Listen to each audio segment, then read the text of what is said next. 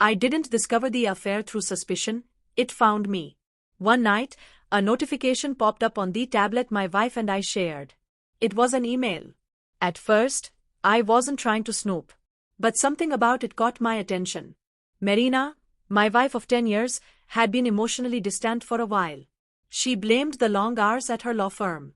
But there were signs: expensive jewelry I hadn't given her, a phone she never let out of her sight.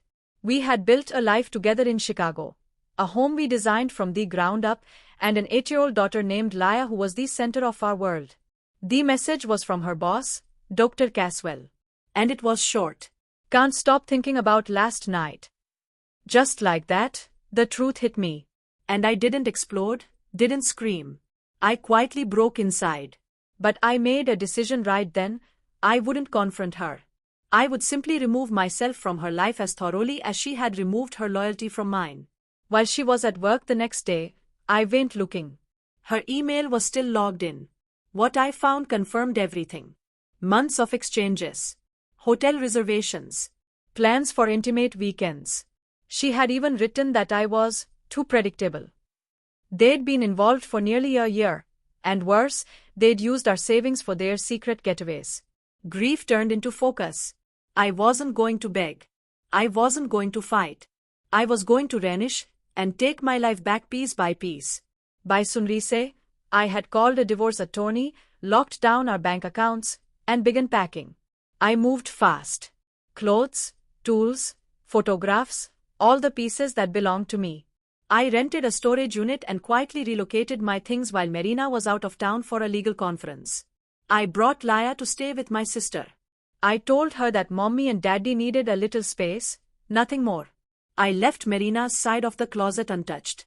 Her designer outfits, her law awards, all of it sat untouched, staring back at the empty walls I used to call home. To seal the truth, I hired a private investigator. He returned with undeniable evidence: photographs of Marina and Caswell together at a downtown hotel, financial records showing they'd misused company funds to fund their affair. It was enough to shatter both her career and her personal life. The divorce filing went in the next day. I sought full custody of Laya, using Marina's repeated absences and inattentiveness as proof. That night, she returned home, probably expecting dinner on the table, maybe Laya running up to her. Instead, she walked into a hollow house. My clothes were gone. Laya's toys were missing. Every trace of me had vanished. On the counter, I left a single note: I know about Caswell. Divorce papers are coming. The voicemail started an hour later. Panicked. Desperate. Promises to explain. But I didn't pick up. Her betrayal had already spoken for her. To her, it may have just been a fling. To me, it was the theft of everything we built. So I took aim at the one thing she still valued: her reputation. I compiled all the evidence and sent an anonymous package to her firm's ethics board: text logs, photos, records of company funds used improperly. The fallout was immediate. She was terminated during a partner meeting. Caswell was indicted for fraud. His marriage disintegrated the same week when his wife received the same file I sent Marina's firm. Marina's world, once spotless, collapsed. Our social circle vanished. Her friends, her charity groups, the picture-perfect image she clung to, gone. Now, it's just me and Laya. She's my focus. I told her gently that mommy made some choices that hurt our family, but that she and I are a team now. We're in therapy. We take weekend walks, watch movies together, and laugh more than we used to. That laugh, it keeps me going. Marina's visits are limited and supervised. Laya doesn't run to her like she used to. Her hugs are hesitant. Her trust, broken. Marina's living alone in a tiny apartment now, picking up freelance legal work just to make ends meet. Her once bulletproof confidence is in pieces. She still texts, still begs. But her words can't rewrite the memory of those emails. They can't undo what she destroyed. Laya and I are in a new apartment now, furnished with the belongings I salvaged. A new chapter.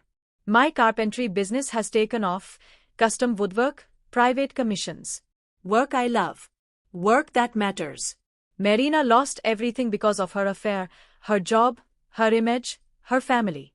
I didn't take her things. I took back my future. She thought I'd never find out. That she could live a double life without consequences. But when she returned to an empty home, she finally learned what betrayal really costs. People say I was cold. But I wasn't cruel. I was methodical. Clear. Done. She still calls, hoping for a second chance. But the man she once fooled no longer exists. I'm a father now, not just in title but in purpose. I coach Laya's soccer team. I've even started dating again, slowly, carefully. Her fling with Caswell ended our marriage. My silence ended her illusions. She came home expecting comfort and found absence. Laya drew a picture last week, just the two of us, smiling beneath a big tree.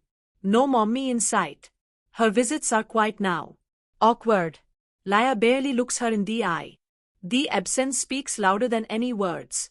I'm building a future with Laya based on honesty and love. The pain Marina caused cut deep, but the healing has made me stronger. She came home to nothing, exactly how she left me feeling. Last night, another voicemail came through. Her voice was shaky, crying, apologizing. I deleted it. She picked Caswell. I picked Laya. And myself. Now she knows what it feels like to be erased.